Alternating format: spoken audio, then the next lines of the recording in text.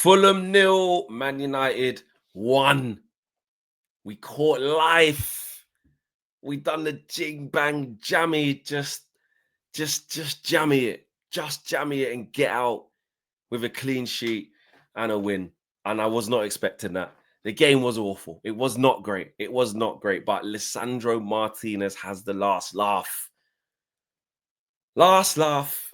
He has the last laugh because people were worried about Leach going into this game because of the back and forth with Adama Traore last time. Put him on the weight, send him back to the gym. Little bit of needle when he come off the bench as well. We're not playing well. Fulham look like the more likely to score, maybe. You know what I mean? Leach are doing some mad tackles and he pulls it out the bag. Listen, it's fortuitous. It is a deflection. Then it loops over Leno. He gets a fingertip, not enough. And Leach comes up clutch. You know what I mean? He gets a match-winning assist in the last game and a match-winning goal in this game. So that is good mentality. I think the defense did well. And it was good mentality to stay in the game. Because really, Fulham didn't really open us up. That is what I will say. As bad as we were, Fulham didn't really open us up. So that's a big thing. But Leach gets us through. And you know what? I didn't believe. You saw through the stream, I'm like, listen, it was awful. It was horrible. I want to stick pins in my eyes. Honestly, it was that bad as an attacking force, as an attacking threat.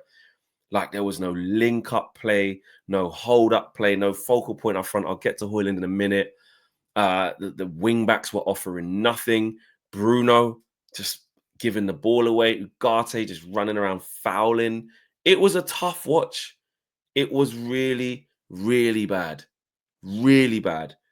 But a win is a win. And when you're, road to 40 points and all that, when you're just trying to just get a win from somewhere, that's what we are. That's who we are. There's two sides to talk about. The side that is, a win is a win and confidence going into the next game. If you could beat Palace as well, a bit of distance between them and you start to stabilize a little bit, 3 wins on the bounce, all competitions. You can have all these little connotations on the positive side. But, also we know that we're a very bad team. So like people are saying in the game during the stream, like what's the point in going crazy? But I tell you what, some of it was really bad.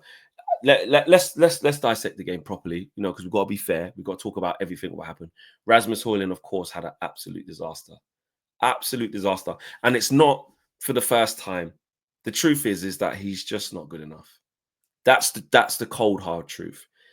He doesn't have any understanding of how to play that number 9 position in terms of the strength needed, the how to occupy centre halves, what types of runs to make and when to make them.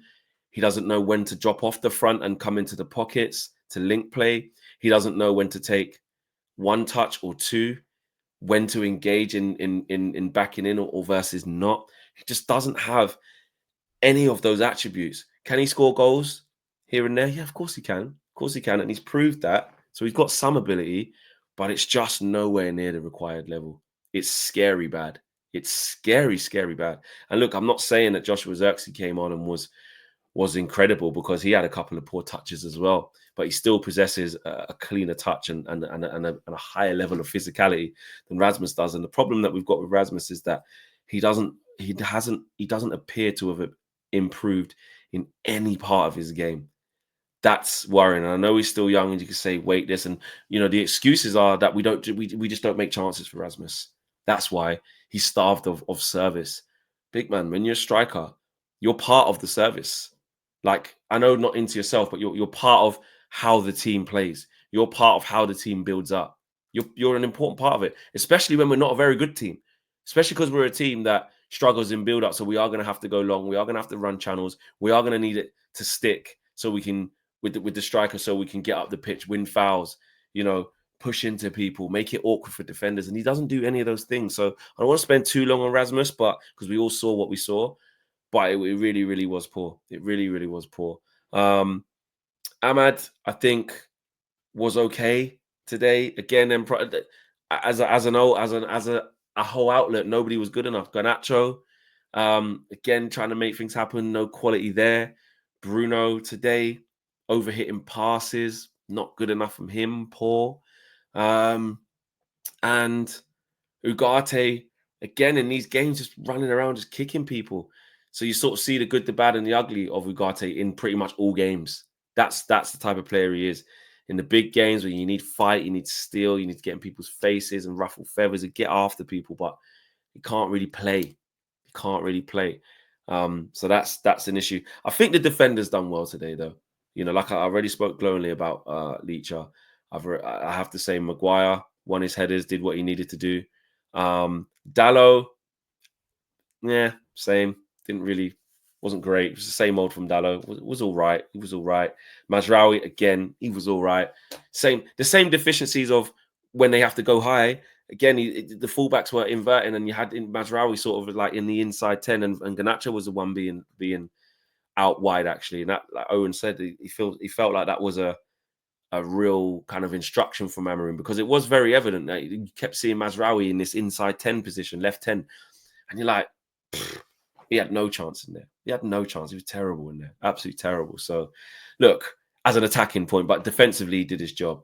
But the substitutes, you know, I think Yoro was competent when he came on. But Toby Collier, what a moment. What a moment. You know, goal line clearance, and he's getting his moment. Leacher speaks about the mentality and being humble. The kid's working hard. He's learning, and he's getting more game time. And I'm not going to overgas his ability as well, by the way, because that's another thing what we'll end up doing. You know, oh, he's this, he's that. No, he's a simple. He keeps things simple, which actually the simplicity of him is kind of what is refreshing, and obviously working hard, which is a given. But he's giving the midfield an air of freshness, and he plays safe, easy passes forward when it's a clear and obvious one to attempt. But most of all, he just keeps things ticking. He just keeps things ticking, and that's what we need more of. Players who are willing to keep the ball more and play passes. So he's not. Listen, he's not outstanding. He's not out of this world. He doesn't need to be. He's competent. He can get after people. He's humble, and he's working hard, and he's deserving his minutes. And more importantly, he's having an impact in the games. And look, today he's done the same thing again off the bench. I thought Malacia, when he came on, did all right as well. At right wing back as well at one stage for most of his cameos. So look, we did what we had to do. We get the win. That's all we needed to get. And the performance levels are scary bad, but that is true. When people say that is what we are, it ain't going to change anytime soon, and it'll be the same against Crystal Palace next Sunday. Difficult game will be the same against Bucharest. We got Thursday night. Be the same. It's going to be tough. It's going to be horrible. But if you can niggle out wins, that's what starts to turn the tide. Leacher, man of the match. Toby Collier, match winner as well. He's also a match winner, because what Toby Collier did literally gave us the 3 points. So yeah, big up to those two. But other than that, still so much work to be done. But a win's a win. We take it. I'm gone. Peace.